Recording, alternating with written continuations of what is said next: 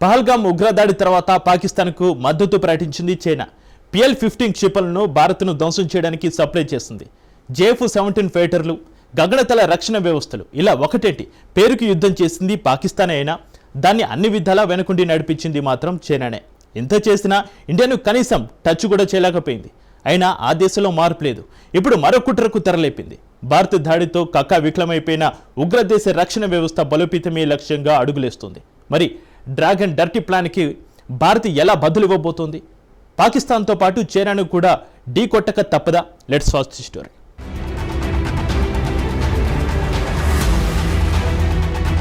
India టార్గెట్గా మరో dirty స్ట్రాటజీకి తెరలేపిన dragon.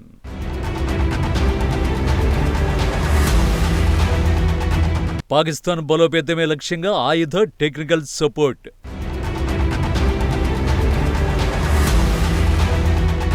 పాకిస్తాన్తో పాటు చైనాను కూడా ఢీకొట్టే పరిస్థితి వస్తుందా?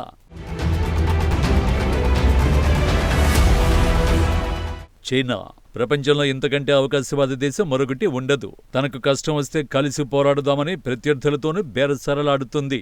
అవకాశం దొరకగానే తిరిగి వారి అంతు చూడాలనుకుంటుంది. ఇండియా విషయంలోనూ అదే చేస్తోంది. ట్రంప్ టారిఫ్స్తో మొన్నటి వరకు అన్నీ మర్చిపోదాం, సంబంధాలు పెట్టుకుందామంటూ ప్రాధేయపడిన బీజింగ్ ఇప్పుడు పాక్కు మద్దతుగా నిలుస్తూ దాని భుజాల మీదుగా భారత్ను కాల్చాలని ప్రయత్నాలు చేస్తోంది.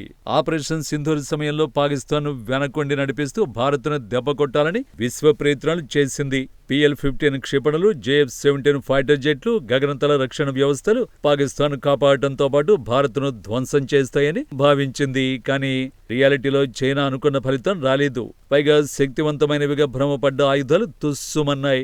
ఇండియా కొట్టిన దెబ్బకు గగనతల రక్షణ వ్యవస్థ తునాతునకలైపోయింది.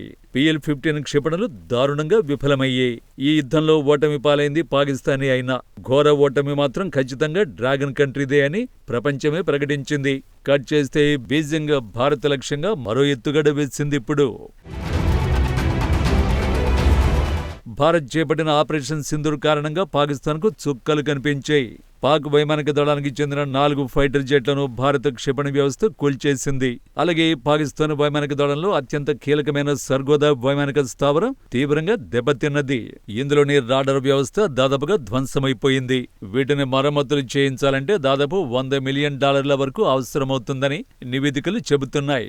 యుద్ధ విమానాల వల్ల $349.52 మిలియన్, C-130తో $40 మిలియన్, HQ కారణంగా $200 మిలియన్ పాటు 2 మొబైల్ కమాండ్ సెంటర్లు $10 మిలియన్ మేర నష్టపోయాయని సోదాహరణంగా ఆయన నివేదికలు వివరించాయి. రావల్పిండి, లాహోర్, సియాల్కోట్తో సహా 11 ఎయిర్బేస్లపై భారత్ అత్యంత ఖచ్చితమైన దాడులు జరిపింది. దీంతో పాకిస్తాన్ రక్షణ వ్యవస్థ, శాటిలైట్ వ్యవస్థ తీవ్రంగా దెబ్బతిన్నాయి. ఈ నేపథ్యంలో పాకిస్తాన్కు సాయం చేసేందుకు చైనా మరో వ్యూహంతో ముందుకొచ్చింది.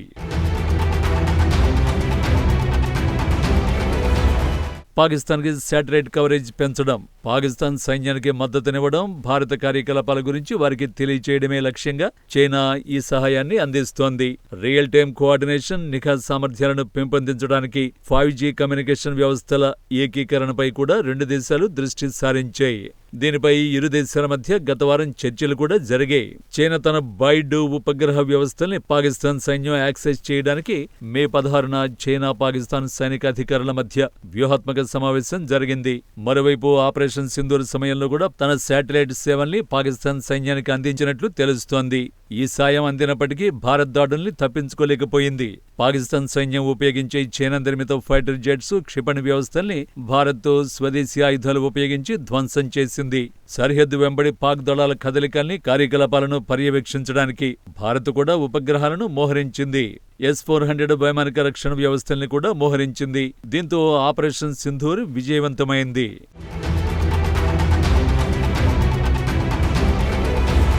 శాటిలైట్ కవరేజ్ పెంచడం ఒక్కటే కాదు, భారత్ దాడులతో కోల్పోయిన ఆయుధ వ్యవస్థలను ఇవ్వడంపైన చైనా ఫోకస్ చేసింది. ఇప్పటికే J-10, JF-17 ఫైటర్లను పాక్ ఇచ్చిన చైనా తాజాగా తన J-35A యుద్ధ విమానాల్ని ఉగ్రదేశానికి అందివ్వబోతోంది. అది కూడా 50% డిస్కౌంట్తో. కొన్ని నివేదికల ప్రకారం చైనా విమానాలను పాకిస్తాన్కి ఇవ్వడాన్ని ఒక ఇనామం అంటే రికార్డుగా చూస్తోంది. ఇండియాతో జరిగిన సైనిక ఘర్షణలో పాకిస్తాన్ పాత్రకు ఇది బహుమతిగా పరిగణిస్తోంది.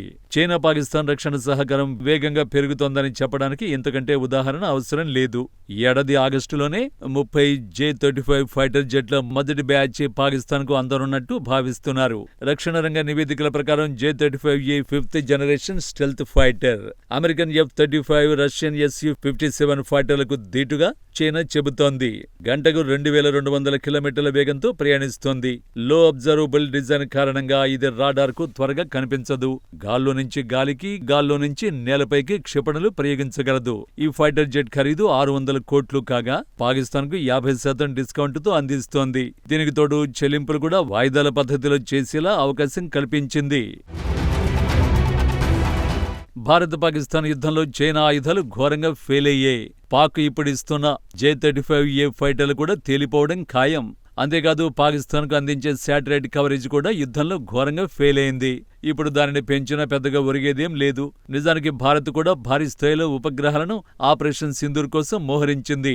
భారత్ వద్ద 9 నుంచి 11 మిలిటరీ ఉపగ్రహాలున్నాయి. వీటి నుంచి నిరంతర డేటాను ఇస్రో దళాలకు చేరవేసింది. దీంతో పాటు ఒక కమర్షియల్ గ్లోబల్ ఆపరేటర్ నుంచి ఫోటోలను సేకరించింది. వీటి ఆధారంగా మన దళాలు ప్లాన్ చేసి పాక్ సైనిక స్థావరాల్ని దెబ్బతీసే. కాబట్టి పాకిస్తాన్కు చైనా టెక్నికల్ సపోర్టుపై ఆందోళన చెందాల్సిన అవసరమైతే లేదు. కానీ ఉగ్ర దేశానికి మద్దతుగా నిలుస్తున్న చైనాకు బుద్ధి చెప్పాల్సిన అవసరం మాత్రం ఖచ్చితంగా ఉంది. మోడీ సర్కార్ కూడా ఆ దిశగానే అడుగులు వేస్తున్నట్టు ది ఎకనామిక్ టైమ్స్ నివేదిక తెలిపింది. పాక్తో అన్ని రకాల వాణిజ్యాలను నిషేధించిన భారత్ ఇప్పుడు చైనా విషయంలో కూడా అదే చేయబోతోందని నివేదించింది. సింపుల్ గా చెప్పాలంటే మోడీ సర్కార్ ప్రస్తుత టార్గెట్ భారత్లోకి డంప్ చేయబడిన చైనా వస్తువులే. చైనా ఎలక్ట్రానిక్స్ వస్తువులపై కొన్ని రకాల పరికరాలపై Bureau of Indian Standards symbol తప్పనిసరి చేయబోతున్నట్టు ఎకనామిక్ టైమ్స్ చెప్పింది. బ్యూరో ఆఫ్ ఇండియన్ స్టాండర్డ్స్ అనేది భారత ప్రభుత్వం వినియోగదారుల వ్యవహారాల మంత్రిత్వ శాఖ కింద పనిచేసే జాతీయ ప్రమాణాల సంస్థ. భారత ఉత్పత్తులు, దిగుమతి చేసుకున్న ఉత్పత్తులకు సంబంధించి ప్రమాణాలు, మార్కింగ్, ధృవీకరణను నిర్ధారిస్తుంది. చైనా విషయానికొస్తే చైనా నుంచి దిగుమతి చేసుకున్న వస్తువుల ప్రమాణాలు, నాణ్యతను BSI తనిఖీ చేస్తుంది.